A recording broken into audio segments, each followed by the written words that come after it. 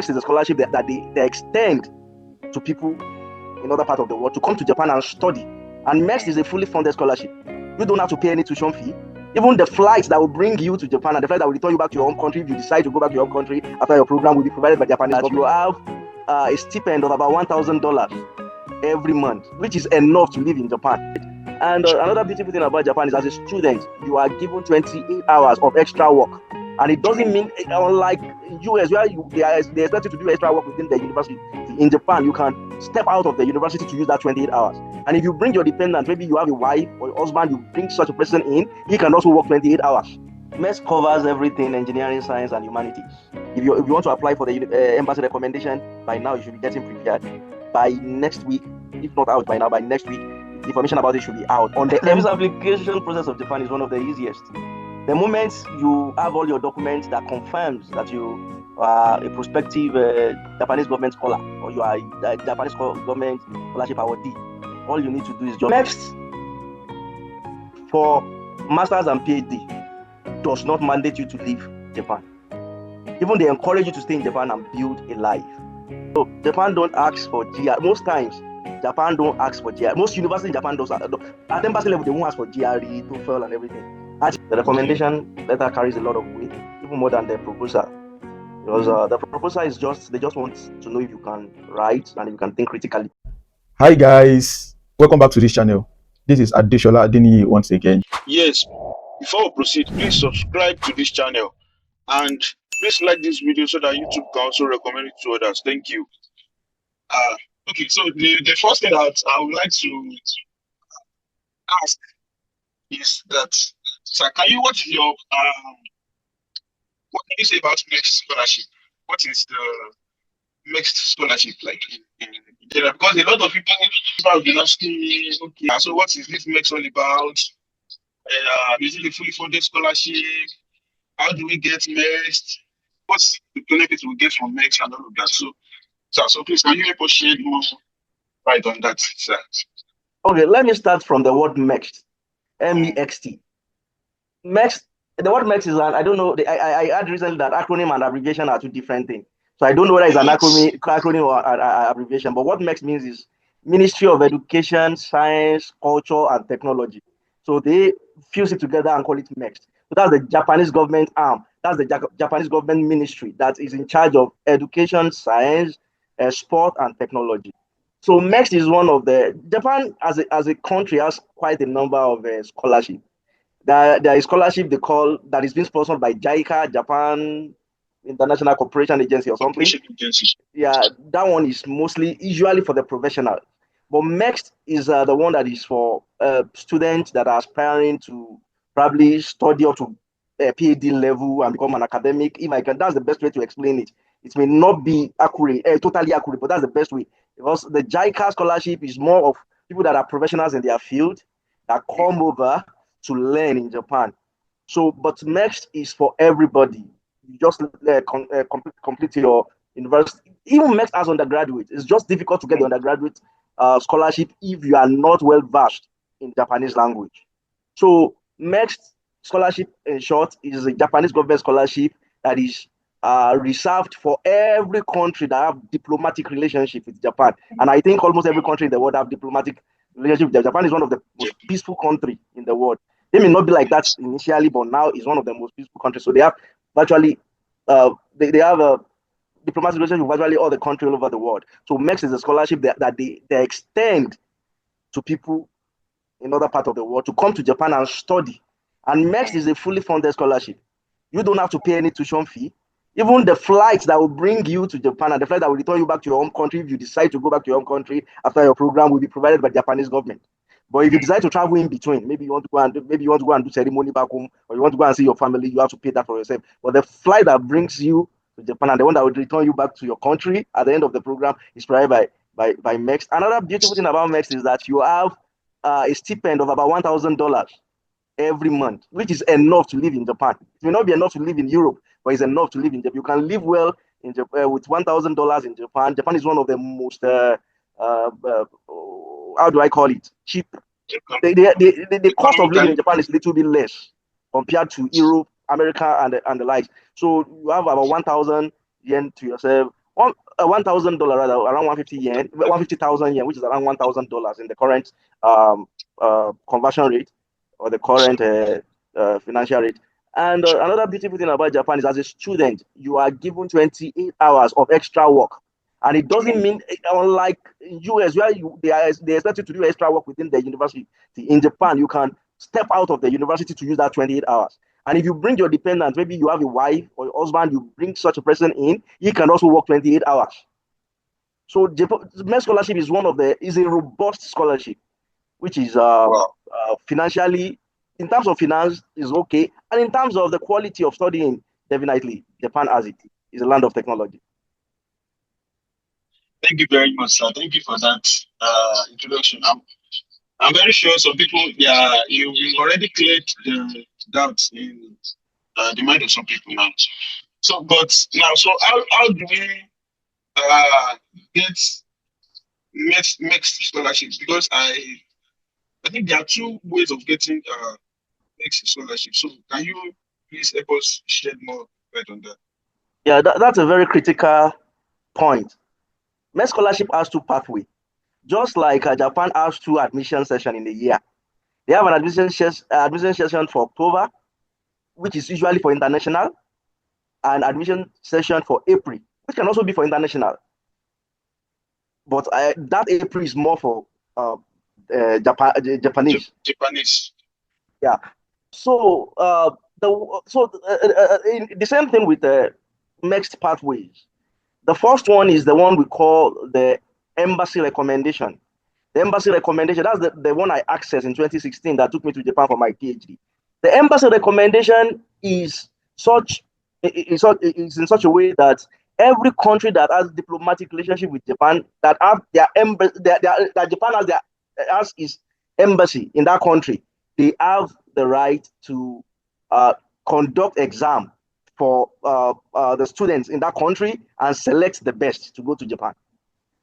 That one, like I can remember in 2016 that I applied, over 2,000 people submitted application, because they told on the day of exam, and 55 of us were selected to come and write exam in Abuja. Abuja is the capital of Federal Republic of Nigeria. And at the end of the day, 20 of us were selected for interview. We have the interview the day after, because the day of the exam, they will tell you, you will get information if you should come for interview the next day. So we had the interview the next day, and 10 of us were eventually selected. Is it 10 or 8? 8 of us were eventually selected to go to Japan.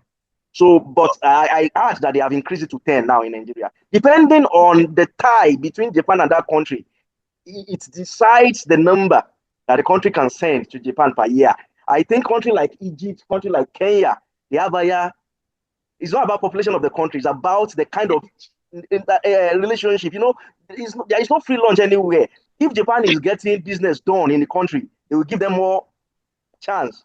So I think Japan has more business ongoing in countries like Egypt, in countries like Kenya. So they have more, they give them more quota, if I can put it that way, to send more students. So that is the process. So for the embassy recommendation, the application always starts by April, March, around ending of March, early April, and the submission for the application document, which is always hard copy. You have to fill it, print it out, gather every supporting document, and mail it to the embassy. Like in Nigeria, mail it to embassy of Nigeria in Abuja. In your country, maybe in Kenya, mail it to embassy in Kigali, and like. So then the exam is always the last Sunday of July. I know that of Nigeria, and I think it's the same for every country. So the last Sunday of July is the exam. It doesn't change. The last Sunday of July is because if you submit by the ending of June, ending of June is the deadline for submission. If you submit by the ending of June, by second week of July, you will get email if you are selected to come for the exam. And by the last Sunday of July, you have to go for the exam in a designated place in the capital city of your country. Then the same day, they advise you not to travel that day, because you will get information by the night of the day you wrote the exam to know for interview the next day. So then after the interview, 3 weeks into August, you will know if you have passed. And if you have passed at that level, it is already 90% sure that you are going to Japan. Because after that, what remains is that you have to look for professor yourself. You get the certificate. They call it the certificate of first passing, that you have passed at embassy level. So, and any professor that sees that will definitely want to take you because they know you are coming with full funding. Full funding. So that certificate you use to search out for professors. And by the end of August, you must be able to tell them at the embassy that you have gotten a particular professor that is willing to take you as a student. Then everything is set. So by March the next year, you are already on your way to Japan to start your program in April.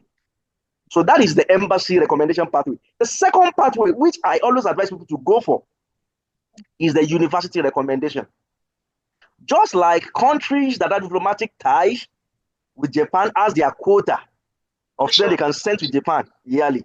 Every university in Japan, depending on their size, on their ratings, also have a quota of students they can bring in from outside Japan to come and study on the same MEXT scholarship. That is the one additional access. So this time around, countries, universities like University of Tokyo, University of Kyoto, Osaka University, they have more quotas. They can have up to 20, 25 quotas. University of University of the Ryukyu, where I did my PhD, they don't have more than 10. University of Tsukuba, that I did my postdoc recently, the most recent postdoc I had, they have up to 15 or 20 because it's also a top tier university. So this university, they have their quota from MEXT, the number of students they can bring in per year. How to access the application for that one starts around August, September, October.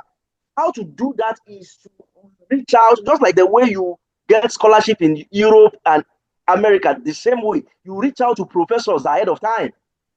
You have to do your own search. You have nothing to do with the embassy at this time around. You have to do your own search and reach out to professors. And some universities doesn't even need you to reach out to professors. Like the University Additional is studying. All they need is for you to submit and mention the professor you want to work with. Yes. So, but some university, like University of Tsukuba, they expect you to have an agreement with a professor that is going to take you in as a student, is going to supervise you. And once you are able to do that, every form and everything will be between you and the professor. The professor will guide you on preparing the form and submitting the form. And at the end of the day, the process, instead of exam for the embassy, it's like interview. Most times it can be, they can set up a virtual interview whereby you'll be interviewed by the professor and some of his colleagues.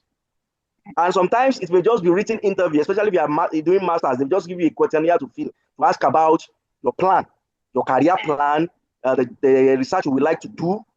And if you pass, if you skate through that stage of either virtual interview or questionnaire interview, the next thing is they will forward your name to the university, will forward your name to MEXT as their candidate. So as their candidate, and once MEXT agrees to that, you are coming to Japan by September with paid flights to come and start your scholarship. And both the embassy and the university recommendation carries the same benefits. So the only difference, another difference that is in between the two, for embassy recommendation, if you get to Japan, you will first use 6 months, like a preliminary study. You won't start your program immediately. You will do 6 months. Like they call it research students. That 6 months is like you are doing a pre-master or a pre-PhD. So that 6 months, it can even extend to 1 year. It can even extend to 1 year if you don't pass the qualification exam. But if you do the university recommendation, they believe that the interview they did for you at the university level has cleared you. You come in and start your program immediately. You don't have to wait any 6 months or 1 year trying to do pre-degree or pre-masters or anything and sitting for qualification exam or anything. The moment you come in, you start your program, whether it is masters you enroll for or PhD, you start it immediately. So you can either come in as a master's student until you complete your PhD, except you said you are no longer interested, they will pay. And you may come in, like in my case, I came in as a PhD student. I did 1 year of research studentship. It's supposed to be 6 months, but I had some personal issues that I couldn't pass immediately. Then I have to enroll for another semester. Then I have to have 1 year of research studentship before I start my PhD. At the end of the day, all glory to God, I graduated as the best student all over the university. Wow. So sometimes I look at it from the angle that if I don't have that extra 6 months, that wouldn't have been possible. So in every delay, there is always something God is teaching us. So, and what am I trying to say? But for the embassy For the university recommendation, like the University one recommendation. Adeshola access, he starts his program immediately.